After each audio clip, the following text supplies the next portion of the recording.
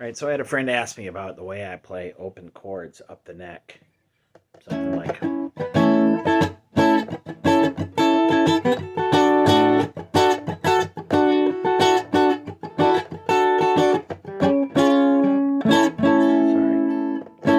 Gotta make a mistake or it's not a video. So, what that's based off of is an idea that all the open chords are movable. And they call it the CAGED system, named after the open chord, C-A-G-E-D.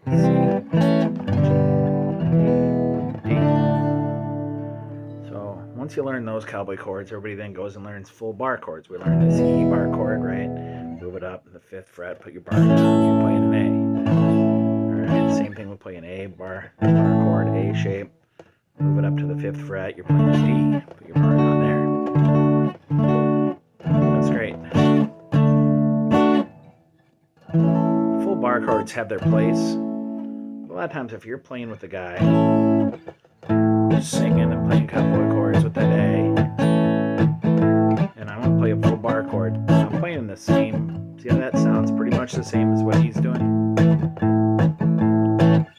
So if I'm playing something that sounds similar to what he's playing, and I'm not singing, what's the point of me being there? Right? I'm not contributing anything other than what he's doing. So I either got to play lead or I got to play rhythm somewhere else.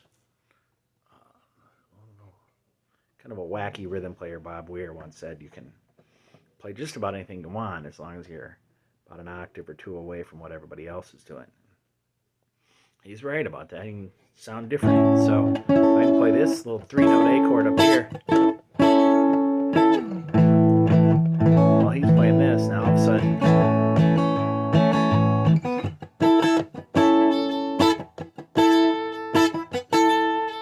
I'm contributing something different. I can come in and punch in with a little whatever rhythm I want to do and accentuate what he's doing and make it sound more interesting instead of just playing the same thing he is. If I'm playing the same thing the singer is down there, chances are we're going to be off a little bit on our timing or something like that. It's going to be a little bit different. It's just going to sound like a mess. So how do you get to that? Well, you start learning to move these cowboy chord shapes around. All right, we're going to start with the first one, the C. All right, so logic tells us if we take this C chord that everybody knows, move it up 2 frets, it's a D. Well, we got that open G, so that doesn't sound good. Move it up to an E, it sounds even worse.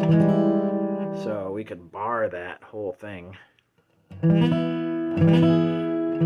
But again, we're not playing full bar chords, so what I'm going to do is I'm just going to play that bar chord.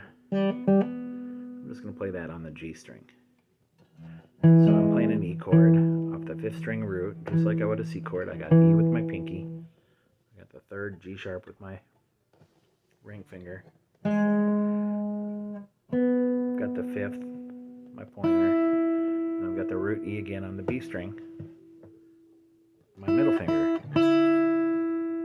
Okay. Again, he's playing the root. Bass player's probably playing the root. So why do I need to play the root? So I just focus on these little 3-note groupings of this a lot. I'm playing the 2nd, 3rd, and 4th string. Now I don't have my root up here, but I got my root. I don't have my root here. I got it up here. So that's my guide as to, right, where on the fretboard do I need to be? That's an E note, because it was a C, D, E. Alright, fall right into that shape. Oh, look, this is a B note on 12th fret. Fall right into this shape. Oh, look, a B chord. Okay, so that's what's going to guide you. As far as what you're playing 3rd, 5th, root on top. Okay? So there's one. That's the C out of CAGED. Hopefully you can see that. Move that anywhere you want. E, G, A, B.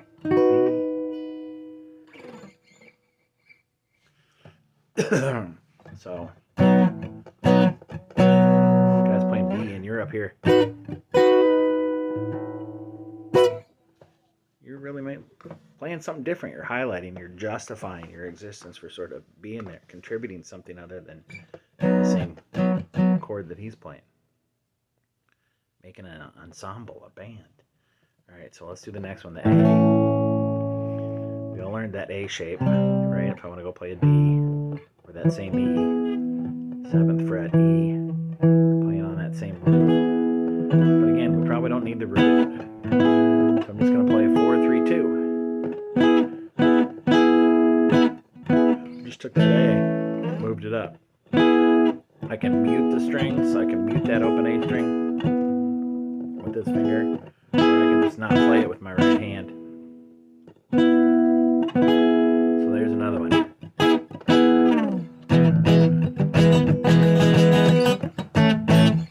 Now let's combine the two we just did. E. A with a C shape.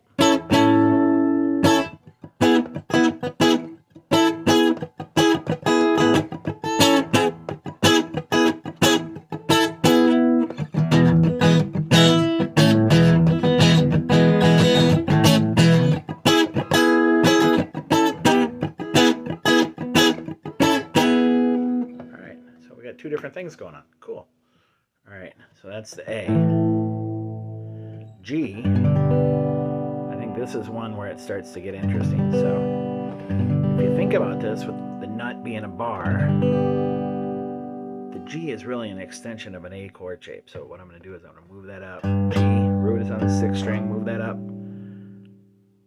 5th fret. Now, if I could bar this, which I probably can't, back here, if I move my nut up and put my finger down to where that A chord is, right there. Look, there's that G shape. Again, that whole bar chord. I'm sure there's guys that can play that Berkeley or wherever, but I don't see any point in playing that whole bar chord. So I think of the A, if we want to move this up to that E again. So before I played it to the E, I played it here. The G is really just the other side of that A chord. So the A shape is the headstock side. Here's your root. The G shape is the body side. Here's your root up here on the 6th string. 5th string root, 6th string root. Again, we're not going to play either one of them. Just going to play those 3 notes there for that A chord.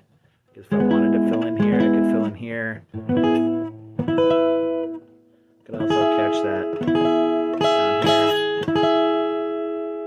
Catch that E there. As a side note, that's also where that major pentatonic scale shape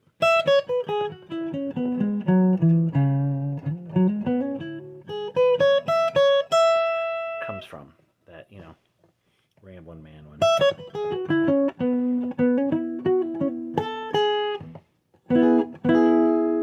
It's all based that. They play it in G, so it's based off this G right here.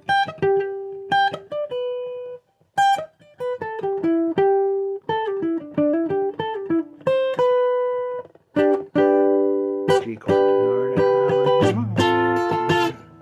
Anyway. So, think of that G right there. Same thing. Alright, E. What's left? E. We all know those big bar chords. But even when we learn to play an F, we're like, oh, I can't play that, so I'm going to play this cheater F. So most of us learn to just put your finger down here on that. Second string cheater F. Well, then we even play a 3-note F. Oh, 3-note chords are good because the bass and there, you know, somebody's playing this. Let's say we're going to play an A. We're playing a bunch of strings. We'll play this A here. We're playing less strings. So this is an E shape, but it's only part of the E shape. It's that E shape.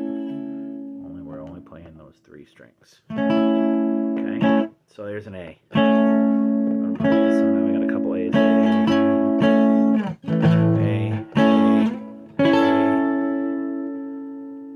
Lots of A's.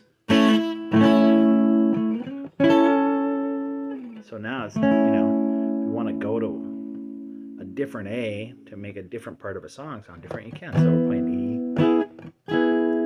Sitting at a tiny table in a ritzy restaurant, trying to get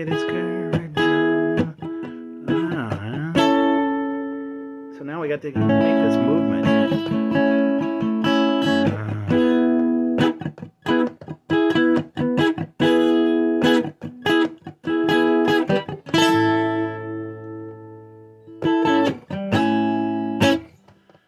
You can control how your plane is going to move. If I wanted to go a tiny table and a ritzy restaurant.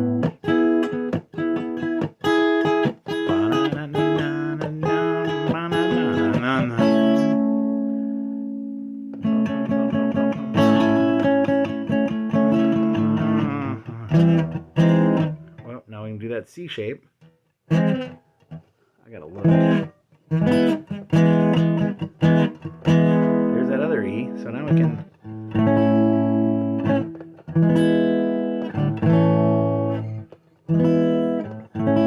Because moving from an E to this A sounds different than moving from the same E to this A.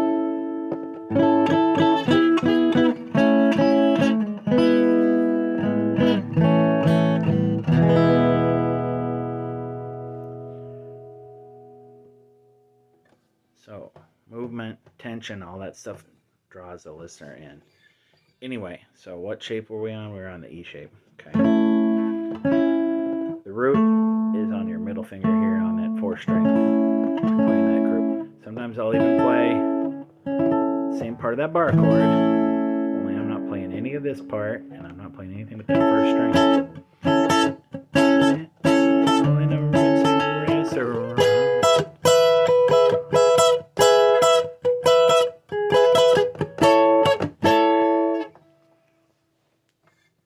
Alright, and then the D.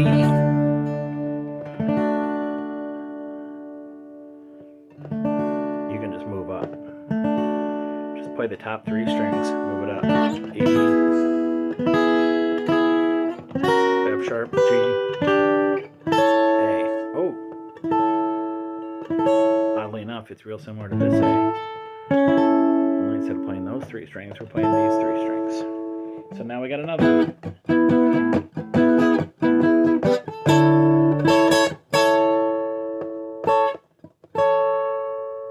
Cool thing is you can move this around wherever you want.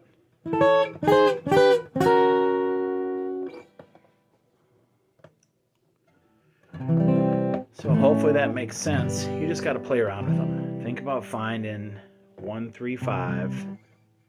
We'll go back to this one. This D shape, A chord, D shape. Well, our root's in the middle on this ring finger, the 2nd string.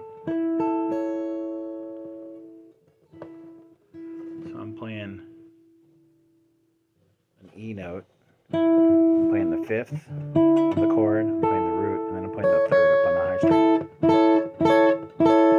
If I want to play that same chord, different order. Now I got 3rd, 5th, and root. Then I can go up here. Whoop. And play the root, 3rd, 5th.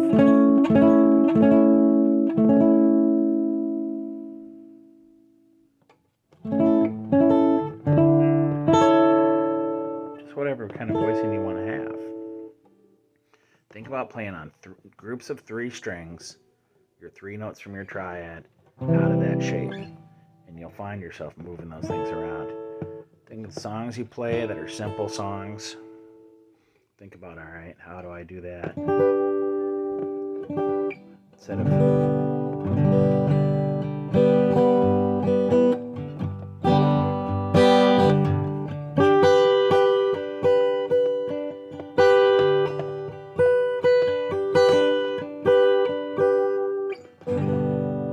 G to C. This little song that goes G, C,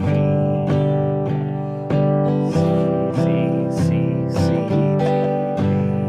G, instead of going C, C, G.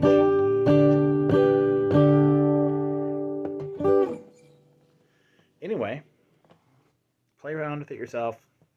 Find new places to play different chords. Find the way to move. The other cool thing is find ones that are all in one place and you don't have to move a lot. 1s and 4s, so you go from an E to the 4 chord A. Look at that, that's pretty easy.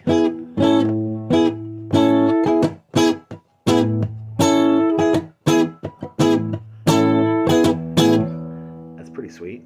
Then the 5 chord is 2 frets up from the 4 chord always. So now you can play this.